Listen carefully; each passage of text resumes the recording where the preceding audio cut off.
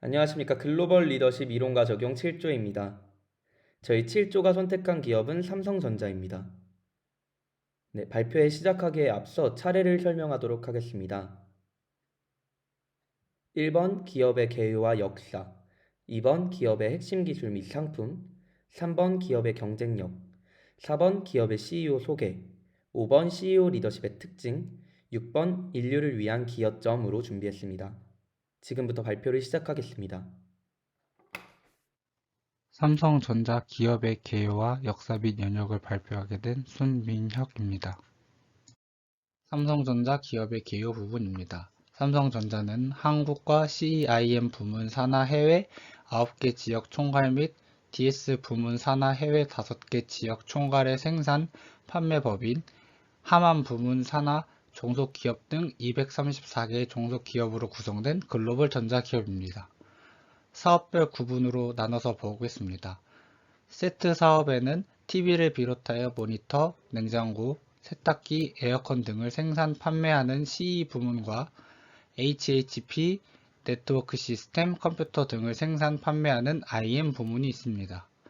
부품 사업에는 D램, 낸드 플래시, 모바일 AP 등의 제품을 생산, 판매하고 있는 반도체 사업과 중소형 OLED TV, 모니터용 LCD 등의 디스플레이 패널을 생산 판매하고 있는 DP 사업으로 구성된 DS 부문이 있습니다. 또한 삼성전자는 2017년에 인수한 하만 부문에서는 디지털 콕핏, 텔레매틱스 스피커 등을 생산 판매하고 있습니다.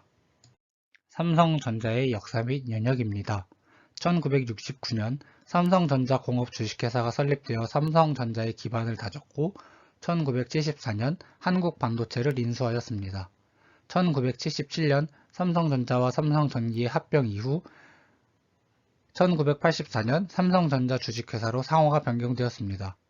1988년 삼성반도체 통신 주식회사를 흡수 및 합병하였으며 1999년 세계 최초 mp3 휴대폰이 출시되었으며 무선 인터넷폰의 개발이 시작되었습니다. 2003년 삼성전자는 플래시 메모리 분야 세계 1위를 달성하였으며 2010년 세계 최대 전자회사에 등극하였습니다. 또한 의료장비 업체인 메디슨을 2010년에 인수하였습니다. 2017년 하만을 인수하였으며 삼성전자의 브랜드 가치는 세계 6위를 달성하였습니다. 기업의 핵심 기술 및 상품을 발표하게 된 17학번 연기전공 정을준입니다. 지금부터 삼성전자의 핵심 기술 및 상품에 대해서 소개하도록 하겠습니다. 첫 번째 핵심 기술 및 상품으로 말할 수 있는 것들은 바로 가전제품이 있습니다. 삼성전자의 소비자 전략 제품들은 지속적으로 계속 성장하고 있습니다. 평판 TV와 모니터는 뛰어난 기술력과 디자인으로 2006년 세계 시장에서 1위에 오른 이래 절대 강자로서의 위상을 유지하고 있습니다. 생활 가전제품 역시 혁신적인 신제품 출시와 차별화된 디자인으로 우리 프리미엄 시장에서 괄목할 만한 성장을 이루었습니다. 예를 들면 2019년 QLED TV 라인업 확대를 통해서 글로벌 TV 시장에서 QLED TV 화질의 우수성을 널리 알렸으며 이를 통해 프리미엄 TV의 표준으로 자리를 잡았습니다. 삼성전자는 소비자에게 보다 편리한 삶을 제공하기 위해 끊임없이 노력하고 있으며 소비자를 배려하는 혁신 제품을 지속 출시하고 있습니다. 시장에 새로운 패러다임을 불러온 패밀리 허브 냉장고, 에드워시 세탁기, 무풍 에어컨에 대한 소비자의 뜨거운 관심과 호평이 지속되었고 빌트인 가전과 시스템 에어컨은 사업 강화를 위한 인프라로 확보를 하였습니다.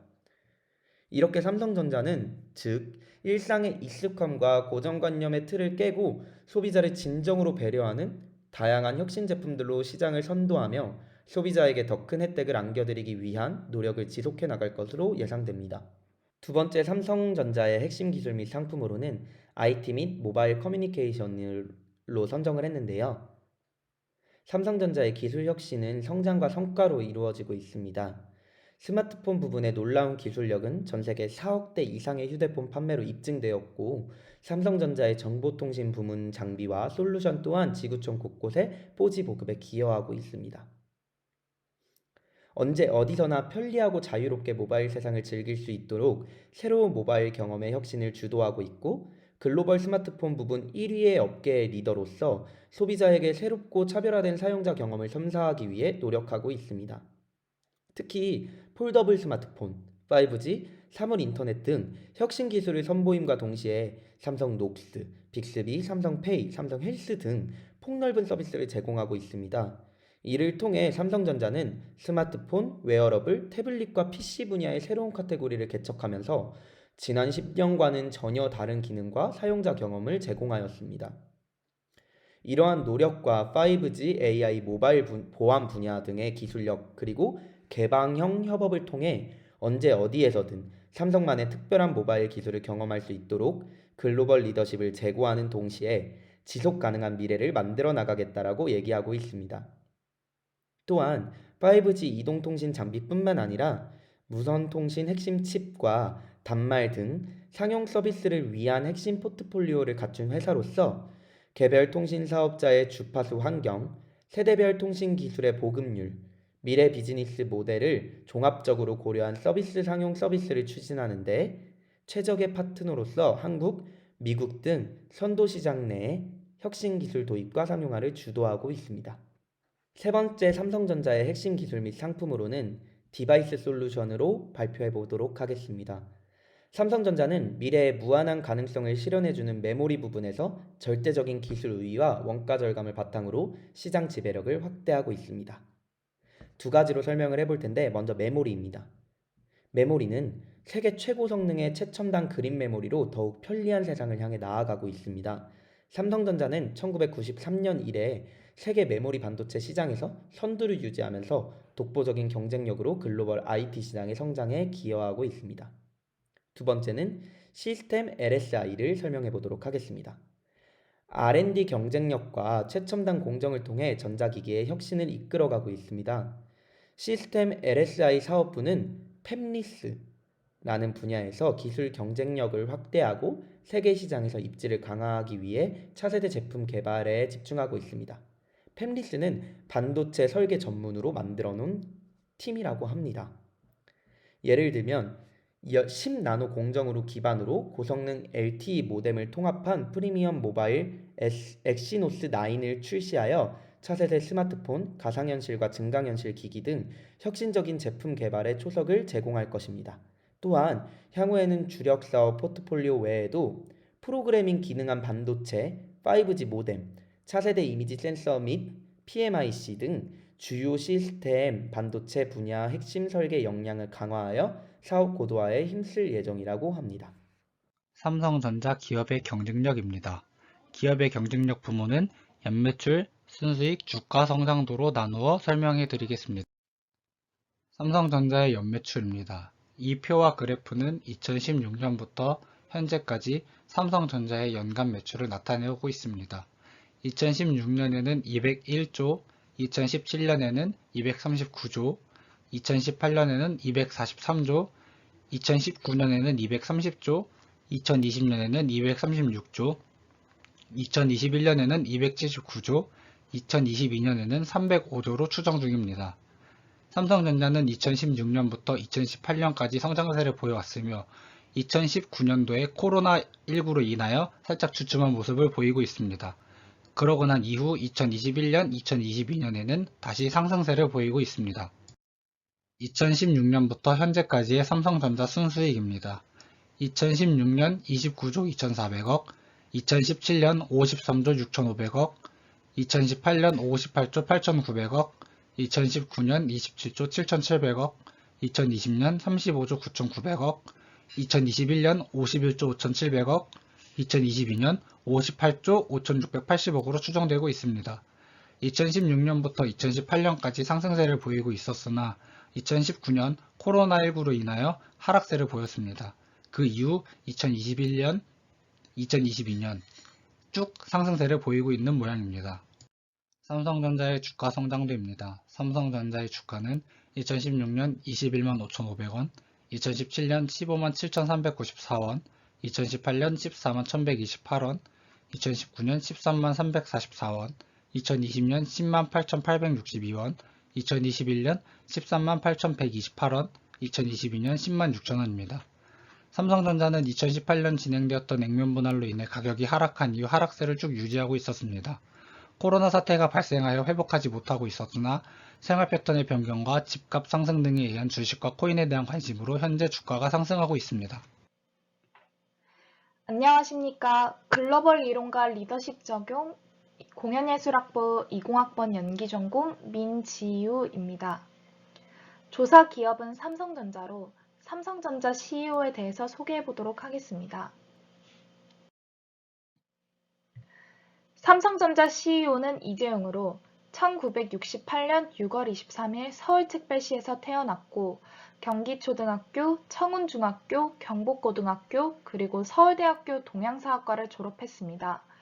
이후 게이오기 주쿠대학 MBA를 취득했고 하버드대학교에서 경영학 박사과정을 수료했습니다. 2014년 부친인 이건희 회장 병으로 입원한 이후 삼성전자, 나아가 삼성그룹의 실질적인 총수가 되었습니다. 2015년 5월 15일 삼성생명공익재단과 삼성문화재단 이사장에 선임되었습니다. 그리고 2016년 갤럭시 노트 7 폭발 이후 책임을 지고 등기이사의 자리에 올라 본격적으로 경영 일선에 뛰어들었습니다. 현직으로 삼성그룹 총수와 삼성전자 부회장을 맡고 있습니다. 다음으로 경영 능력에 대해서 소개해드리겠습니다. 첫 번째로 이삼성. IT 벤처 사업 투자를 목표로 한 이삼성은 국제 투자를 맡고 이삼성 인터내셔널은 해외 투자를 책임졌습니다. 이재용 부회장은 이삼성을 통해 경영 능력을 입증하는 성과지표를 사용하고 미국의 거대 IT 기업인 아마존, 마이크로소프트, 구글처럼 대박을 치며 자연스러운 경영 승계를 노린 것이라는 게 당시 재계의 해석입니다. 하지만 설립 1년 만에 공정거래위원회로부터 이삼성을 위한 삼성그룹의 일감 몰아주기와 내부거래, 부당 지원으로 경고까지 받는 등 경영 초기부터 휘청거렸습니다. 게다가 1996년부터 몰아닥친 IT 기업의 닷컴 버블이 꺼지면서 이삼성은 삼성그룹 내에서 외면받기 시작했습니다. 2001년 이삼성과 이삼성 인터내셔널은 외국 법인과 투자한 모든 회사를 합쳐 총 173억 원의 적자를 기록했습니다. 이로 인해 이재용 부회장은 삼성의 든든한 지원을 받고도 이삼성의 사업을 사실상 실패했기 때문에 업계에서는 그의 경영 능력을 의심했다고 합니다. 두 번째로 부회장 취임 이후 경영 부친 이건희 회장이 갑작스레 쓰러지고 본격적으로 경영 전면에 나선 2014년부터 이재용 부회장은 상기한 이삼성 실패로 일각의 우려를 받았으나 이로부터 몇 년이 훌쩍 지난 2021년 상황을 놓고 평가를 해보자면 이전의 경영 능력이 떨어진다는 지적이나 우려와는 달리 삼성을 아주 잘 이끌고 있다고 합니다. 다음은 양력에 대해서 소개해드리겠습니다. 1991년 12월 삼성전자 총무그룹 이사, 2001년 3월부터 2003년 1월 삼성전자 경영기획팀 상무보, 2003년 1월부터 2007년 1월 삼성전자 경영기획팀 상무, 2004년 7월부터 2008년 5월 SLCD 등기이사, 2007년 1월부터 2008년 4월 삼성전자 전무, 2008년 4월부터 2009년 12월 삼성전자 전무, 2010년 1월부터 2010년 12월 삼성전자 CEO 부사장, 2010년 12월부터 2012년 12월 삼성전자 CEO 사장, 2012년 5월부터 2017년 4월 엑소르 사회이사, 2012년 12월부터 현재 삼성전자 부회장, 2015년 5월부터 2020년 8월 삼성문화재단 이사장, 2015년 5월부터 2021년 2월 삼성생명공익재단 이사장, 2016년 9월부터 2019년 10월 삼성전자 등기이사. 다음으로는 삼성전자 CEO 리더십의 특징에 대해서 소개해드리겠습니다. 첫 번째로 소통의 리더십 강조. 리더가 직원들에게 더 많은 정보를 공유하고 그들을 의사결정에 참여시켰을 때 직원들은 더 높은 수준의 책임감과 심리적 주연의식을 가집니다. 조직의 경쟁력은 구성원들의 관심과 참여로부터 나옵니다. 질문을 허용하지 않는 리더와 질문을 하지 않는 구성원들이 많은 조직의 미래는 없습니다. 직원은 왜라는 질문을 거리낌 없이 던지고 리더는 질문하는 사람의 관심과 적극성을 인정하고 공감하며 적극적으로 소통할 때 조직의 변화는 시작됩니다. 그러므로 직원들과 자유롭게 대화를 하며 이를 통해 각 부서 간 상사와 직원 간의 나이차를 극복하며 소통을 하고 불만 또는 개선할 점들을 찾으며 의사소통이 자유롭게 진행되어야 합니다. 두 번째로 환경 변화를 강조. 코로나로 인해 갑작스러운 재택근무로 보안이 확보된 네트워크로 원격 접속 환경을 구축하는 과정 또한 필요했지만 출퇴근 시간에 소요되는 시간 및 비용이 절감되면서 업무에 필요한 것들을 구축하여 업무 생산성의 향상을 기대해 볼 수 있습니다. 이럴 때일수록 가장 필요한 건 기업과 구성원 간의 신뢰입니다. 재택근무를 실시하게 되더라도 근무 태반 등의 문제가 발생하지 않을 것이라는 믿음과 조직과 개인의 상황을 최대한 이해하고 배려해야 한다는 책임감이 서로의 신뢰와 소통을 바탕으로 어려움을 슬기롭게 극복할 수 있는 계기가 될 것입니다. 이로써 코로나 시대로 인한 비대면 상황에 관련하여 업무의 방향성을 변화하는 법을 강조하며 코로나 시대 이후에 따른 변화 사업과 환경 변화를 강조해야 합니다. 세 번째로 상호 존중을 강조. 모든 직장인들에게 필요한 것은 상호 존중의 대화와 태도입니다. 한 연구 결과에 의하면 상사가 부하 직원에게 또는 동료가 동료에게 좋지 않은 행동이나 말을 할 때 그것을 보는 것만으로도 조직의 성과가 저하된다고 합니다. 반대로 무례한 언사를 줄이고 서로 존중하는 화법을 구사하면서 협조적인 자세를 보일 때 자신은 물론 동료 나아가 회사의 성장이 가능해진다고 합니다. 불편한 상황들이 생길 때 유연하고 매너 있게 대처하면 됩니다. 견해가 다를 때나 불만이 있을 때, 그리고 잘못이나 실수가 발생했을 때와 무언가를 요청하거나 받을 때 등이 있을 것입니다. 이때 필요한 것이 바로 존중의 태도입니다. 동료를 향한 존중의 마인드를 통해 서로 긍정의 시너지를 내는 조직을 만들어야 합니다. 마지막으로 기술, 사람을 강조. 기술로서는 삼성전자만이 할 수 있는 기술을 강조해야 한다고 생각합니다. 삼성전자는 우수한 기술과 극적인 비용 절감 효과를 증명하여 메모리 사업 분야에서 시장 주도권을 확대하고 있습니다. 이로 인해 흥미진진한 전망이 일고 있습니다. 주로 모바일 기기를 대상으로 수익성을 높고 차별화된 제품을 확대하고 있으며 공정 변환을 가속화하는 동시에 차세대 제품 개발에 집중하고 있습니다.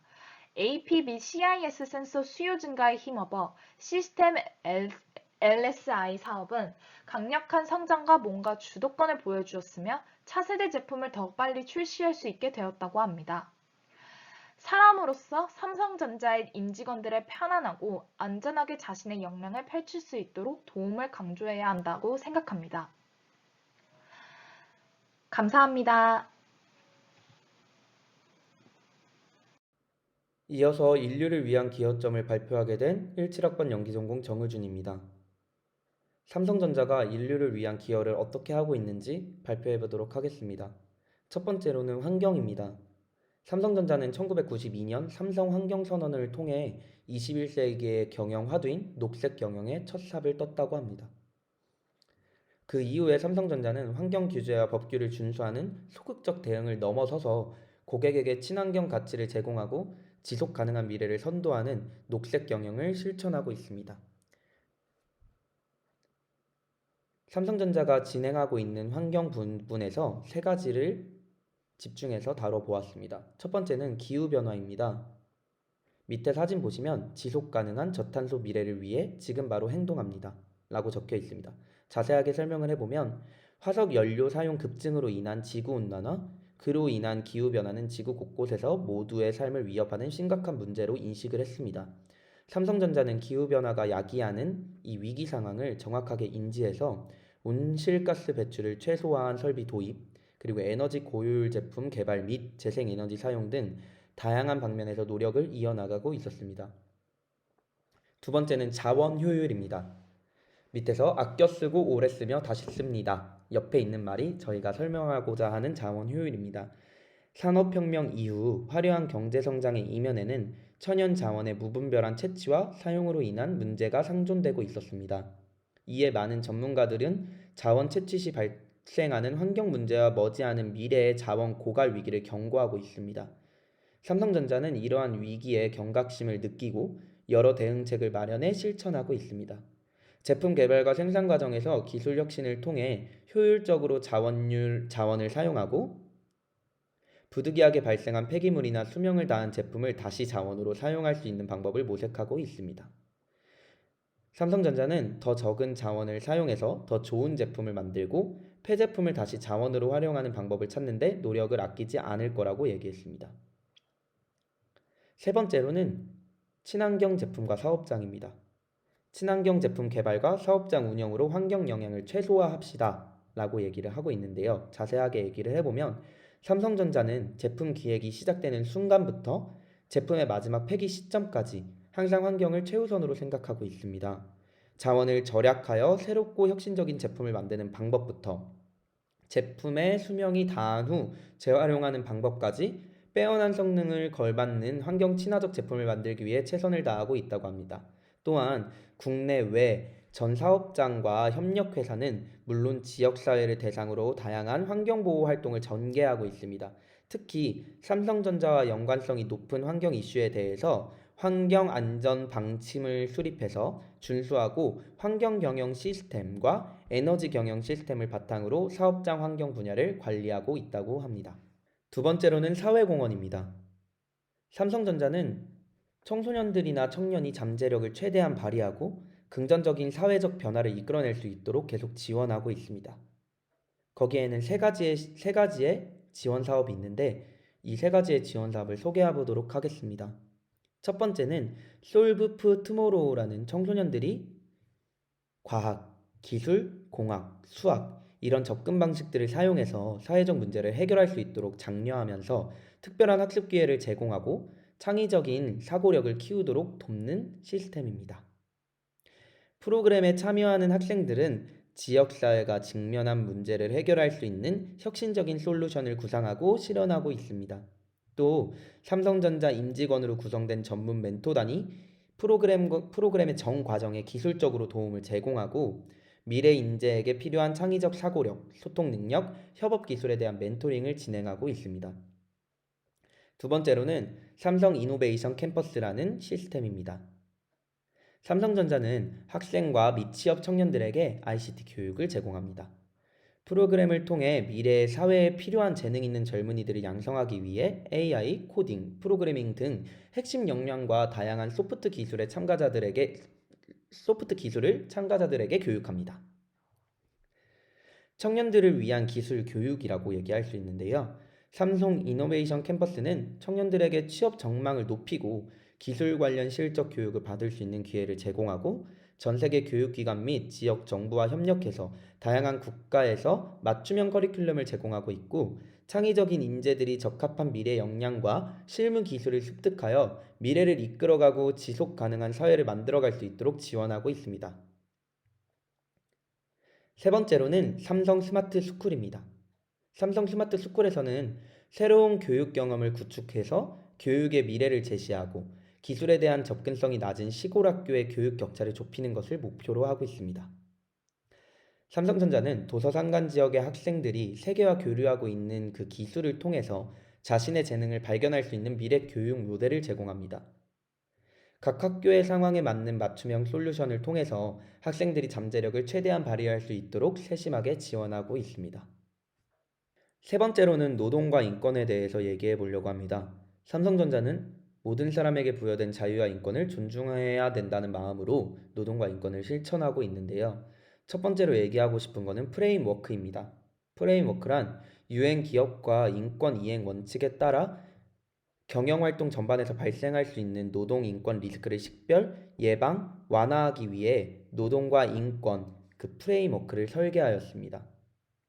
또한 1차 협력회사가 삼성전자와 동일한 수준으로 협력회사 직원들의 노동 인권을 존중할 수 있도록 지원하고 있습니다.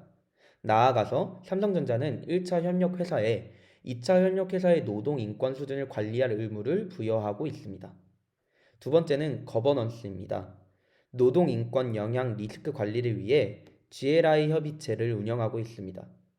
GLI 협의체에서는 6개의 부서의 임원과 실무자가 참여해서 노동 인권 이슈 및 현안을 격주로 협의하고 있습니다. 참여 부서는 인사팀, 법무실, 상생협력센터, 그리고 글로벌 EHS 센터, 지속가능 경영 추진센터, 이너베이션 릴레이션 팀. 중대한 사안의 경우 주요 경영진이 참여하는 지속가능 경영 협의회의 안건으로 상정해 논의하고 그 내용을 최고 경영진에게 보고하고 있습니다. 세 번째로는 정책인데요. 삼성전자는 세계 인권 선언, UN 기업과 인권 이행 원칙, OECD 다국적 기업 가이드라인, UN 아동 권리 협업, 그리고 기본 원칙 및 권리에 대한 선언에 기반하여 인권 정책을 수립하고 있습니다. 또한 현지 국가의 법률과 글로벌 기업의 사회적 책임 연대, RBA 행동 규범을 준수하고 있습니다. 네 번째, 다양성과 포용에 대해서 얘기해 보려고 합니다. 삼성전자에서는 다양성과 포용의 더 나은 미래를 위해서 다양성과 포용의 문화를 추구한다고 합니다. 비슷한 슬로건이 있어서 삼성전자 홈페이지에서 포왔는데, 다양한 우리가 함께 만들어가는 미래, Be Yourself, We Build a Better Tomorrow 라는 슬로건이 있었습니다. 삼성전자는 다양한 인재와 포용의 문화가 혁신과 성장의 원동력이라고 생각합니다. 그래서 삼성전자는 구성원 모두가 소속감을 느끼고 동등한 기회를 바탕으로 본연의 잠재력을 발휘할 수 있는 조직을 만드는 것을 목표로 하고 있습니다. 그래서 고객, 파트너, 공동체를 위한 더 나은 미래를 함께 준비하자고 얘기하고 있습니다. 두 번째로 얘기하고 싶은 다양성과 포용의 방면은 인플로이 리소스 그룹이라는 것입니다. 삼성전자는 비즈니스 혁신은 다양함에서 시작한다고 믿었고, 그래서 자발적인 임직원 참여 모임인 ERG 활동을 통해 다양한 아이디어와 의견이 오가고 네트워킹을 통해서 서로의 다름을 장점을 활용하는 방법을 배워간다고 합니다. 이렇게 삼성전자는 다양한 지역에서 여성, LGBTQ, 인종, 일하는 부모, 재향군인 등 다양한 종류의 ERG 모임을 운영하고 있습니다. 이상 저희 7조의 삼성전자에 대한 발표가 끝났습니다. 마지막으로 프로젝트 후 느낀 점을 발표하도록 하겠습니다.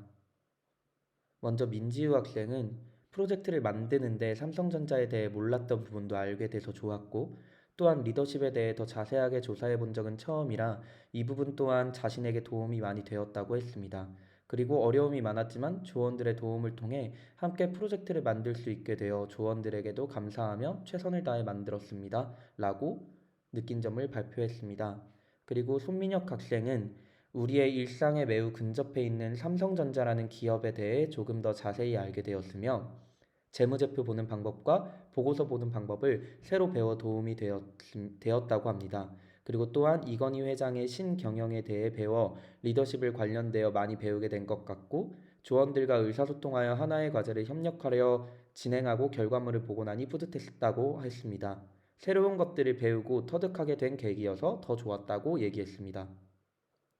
그리고 마지막으로 저는 삼성전자라는 성공적인 사례가 있는 기업을 조사하면서 스스로를 굉장히 많이 발전시킬 수 있었고, 우선적으로 조원들과 소통하면서 어려울 줄 알았던 이 프로젝트를 완성시켰다는 것만으로도 정말 큰 배움이 있었다고 생각합니다. 정말 감사합니다. 지금까지 7조 발표였습니다.